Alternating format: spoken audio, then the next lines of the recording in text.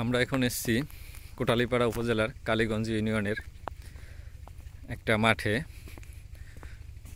এ মাঠে যেখানে একটা সময় কোনো ধরনের কোনো ফসল চাষাবাদ হতো না, সারা বছর পানির নিচে তলিয়ে থাকতো পুরো জমি, সেখানে এখন এখানের স্থানীয় কৃষকরা ঘের কেটে ঘেরের উপর বিভিন্ন শাকসবজির চাষাবাদ, বিশেষ করে টমেটোর চাষাবাদ করতেছে। পাশাপাশি সেই ঘেরে দেখুন, সেই ঘেরে মাছ চাষ করতেছে এবং ধানেরও আবাদ করতেছে।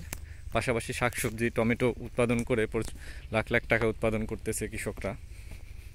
আমরা সেই সাফল্য দেখতে আমরা এখানে আজকে এসেছি।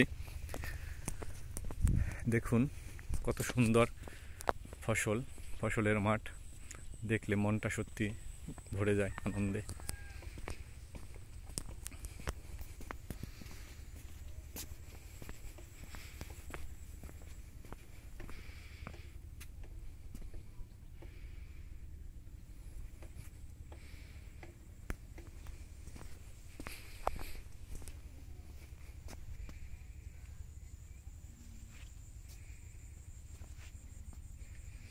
প্রচুর টমেটো, প্রচুর।